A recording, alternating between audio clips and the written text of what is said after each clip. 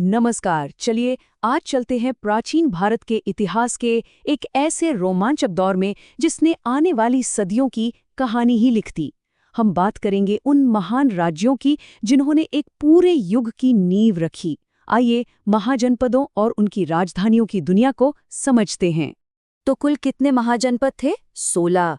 जी हाँ, 16 शक्तिशाली राज्य जिन्होंने प्राचीन भारत का नक्शा ही बदल दिया था। ये नंबर अपने आप में उस दौर की राजनीतिक हलचल को दिखाता है। तो ये महाजनपद आखिर थे क्या? देखिए, इन्हें हम महान राज्य कह सकते हैं। बड़े संगठित साम्राज्य जो 6वीं शताब्दी ईसा पूर्व के आसपास उभरे। ये कोई साधारण कबीले नहीं थे, बल्कि अपनी पहचान, अपनी सेना और अपनी राजधानी वाले ताकतवर राज्य थे। तो चलिए अब इन 16 महाजनपदों की एक छोटी सी यात्रा पर निकलते हैं। देखते हैं कि वे कहाँ बसे थे और उनकी राजधानियां क्या थी, जिससे हमें उस समय के भारत की एक जीती जागती तस्वीर मिलेगी। और शुरुआत करते हैं उस क्षेत्र से जो इन महाजनपदों का कह सकते हैं गढ़ था।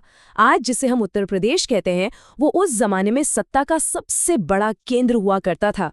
यहाँ इन शक्तिशाली राज्यों का एक जबरदस्त जमावड़ा था। जरा सोच कर देखिए, 16 में से 8 महाजनपद यानी ठीक आधे सिर्फ इसी एक इलाके में थे। काशी, जिसकी राजधानी थी वाराणसी, कुरु की राजधानी इंद्रप्रस्थ, कोसल की श्रावस्ती और शूरसेन की मथुरा। इनके अलावा चेदी, वत्स, पांचाल और मल्ल भी यहीं थे। ये साफ साफ दिखाता है कि ये इलाका उस युग का राजनीतिक दिल था। इसी लिस्ट में एक बड़ा ही अनोखा केस है पांचाल का, जो एक बटा हुआ राज्य था। इसके उत्तरी हिस्से पर अहिछत्र से और दक्षिणी हिस्से पर कांपिल्य से शासन होता था। ये दिखाता है कि उस समय शासन के कितने अलग अलग तरीके अपनाए जा रहे थे। ठीक है, तो उत्तर प्रदेश से अब बाहर निकलते हैं और देखते हैं कि बाकी के जो 8 महाजनपद थे वो पूरे भारतीय उपमहाद्वीप में कहाँ-कहाँ फैले हुए थे। अब यहाँ एक बहुत ही मजेदार सवाल है। क्या कोई अंदाजा है कि इन 16 में से वो कौन सा अकेला महाजनपद था जो दक्षिण भारत में था? ये एक बहुत ही जरूरी ज्योग्राफिकल फैक्ट है जो इसे बाकियों से बिल्कुल अलग करता है। और जवाब है अश्मक, जिसकी राजधानी पोटली थी। इसकी लोकेशन ही इसे सबसे खास बनाती थी, जो इसे एक अलग ही पहचान देती है। अच्छा, एक और राज्य की कहानी भी कम दिलचस्प नहीं है, जिसकी एक नहीं बल्कि समय के साथ साथ 2 राजधानियां थी। चलिए जानते हैं कि ये कौन सा राज्य था। ये राज्य था अवंती। इसकी पहली राजधानी महिष्मती थी, लेकिन बाद में पावर सेंटर शिफ्ट होकर उज्जैनी बन गया।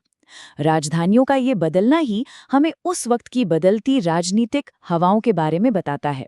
और आखिर में ये रहे बाकी के महाजनपद।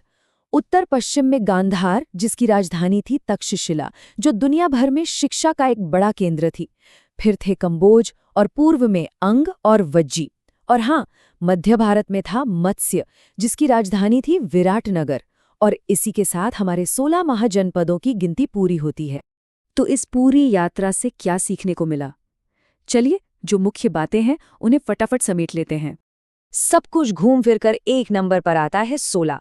16 अलग अलग ताकतवर और एक दूसरे से भिड़ते हुए राज्य जो मिलकर उस जमाने के भारत का राजनीतिक नक्शा बना रहे थे। तो सबसे बड़ी बात यह है कि ये सिर्फ राज्यों की एक लिस्ट नहीं है, ये आपस में होड़ करते राज्यों का एक बहुत ही कॉम्प्लेक्स मैप था। और यही वो स्टेज था जिसने भारत के पहले महान साम्राज्य के उदय की जमीन तैयार की। ये टकराव और मुकाबले का एक ऐसा दौर था जो एक बहुत बड़े बदलाव की तरफ बढ़ रहा था। और यही बात हमें एक बहुत बड़े सवाल पर लाके छोड़ देती है कि आखिर इन 16 राज्यों के बीच के संघर्ष ने भारत के पहले साम्राज्य को जन्म दिया कैसे? खैर, ये कहानी फिर कभी।